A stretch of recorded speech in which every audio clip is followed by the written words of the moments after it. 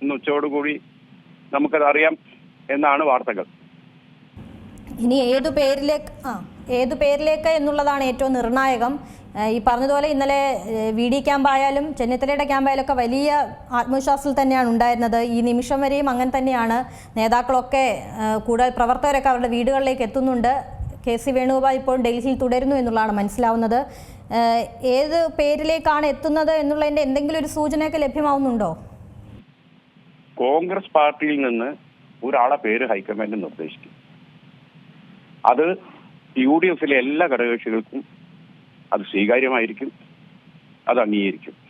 എത്രയും പെട്ടെന്ന് ഇവിടെ ഒരു ഭരണകൂടം ഉണ്ടാവുക എന്നതാണ് മുസ്ലിം ലീഗ് ആഗ്രഹിക്കുന്നത്. ഒരു ഭരണഘടനാ സ്തംഭനം പാടില്ല. ഇപ്പൊ നാളെ SSLCന്റെ ഫലം വരാനിരിക്കുക.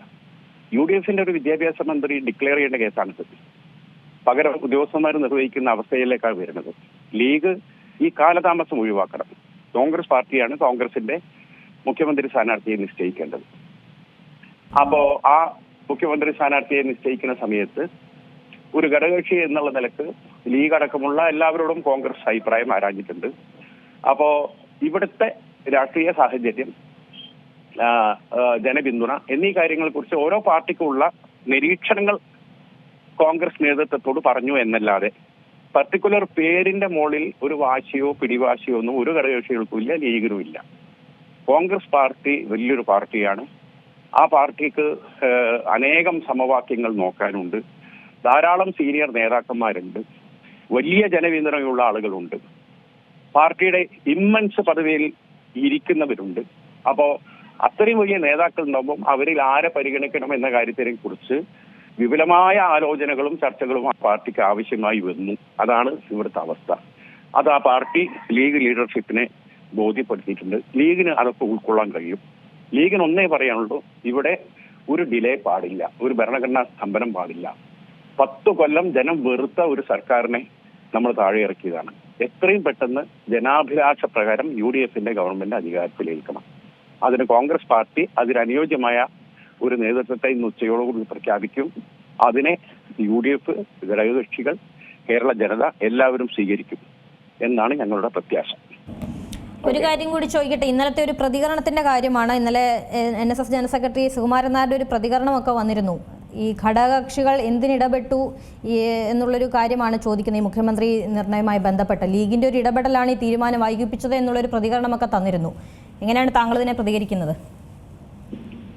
അല്ല, സുകുമാരൻ നായരെ ഒന്നും ഞങ്ങൾ സുകുമാരൻ നായരെ പോലുള്ള അദ്ദേഹമൊക്കെ ഞാൻ വെള്ളാപ്പള്ളിയൊക്കെ അപേക്ഷിച്ച് നോക്കുമ്പോൾ വളരെ സൂക്ഷ്മത പാലിക്കുന്ന ഒരു സാമുദായിക നേതാവാണ് അദ്ദേഹം. അദ്ദേഹത്തെ ഒന്നും ഏതെങ്കിലും ഒരു വാക്കുകൾ കയറി അദ്ദേഹത്തെ ഒന്നും വിമർശിക്കാൻ മുസ്ലിം ലീഗ് ആഗ്രഹിക്കുന്നില്ല.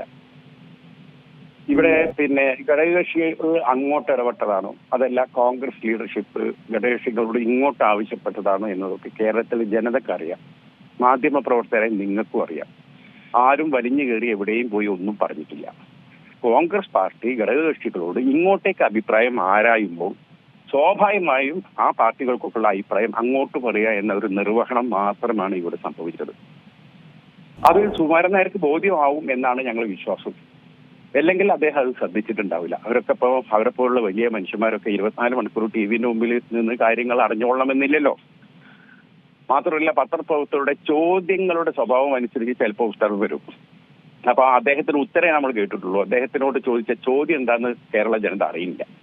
അപ്പൊ ചോദ്യങ്ങളുടെ ഒരു ശൈലിക്കനുസൃതമായിട്ടാണ് ഈ ഉത്തരങ്ങൾ വരിക. അപ്പൊ ചോദ്യം നിങ്ങൾ ഹൈഡാക്കി വെച്ച് ഉത്തരം മാത്രം നൽകിയാൽ അതിലൊക്കെ ഒരുപാട് കൺഫ്യൂഷൻസ് ഉണ്ടാവും. അതുകൊണ്ട് സുകുമാരൻ നായരെ പോലെയുള്ള ഒരു നായർ സമുദായത്തിന്റെ ഒരു സമുന്നത നേതാവ് അദ്ദേഹത്തിന്റെ വാക്കുകളിലൊക്കെ എന്തെങ്കിലും ചില്ലറ പിശകുണ്ടെങ്കിൽ അതൊന്നും വലിയ വിഷയമാക്കാനോ ചാടിക്കേറി എതിർക്കാനോ ഒന്നും പക്വതയുള്ള ഒരു പാർട്ടിയായ മുസ്ലിം ലീഗോ അതിന്റെ നേതാക്കളും മെനക്കെടില്ല. മനസ്സിലായല്ലോ. ഏറ്റവും പുതിയ വാർത്തകളും വിശേഷങ്ങളും വിരൽത്തുമ്പിലറിയാൻ Zee മലയാളം ന്യൂസ് എല്ലാ ഡിജിറ്റൽ പ്ലാറ്റ്ഫോമുകളിലും ലഭ്യം.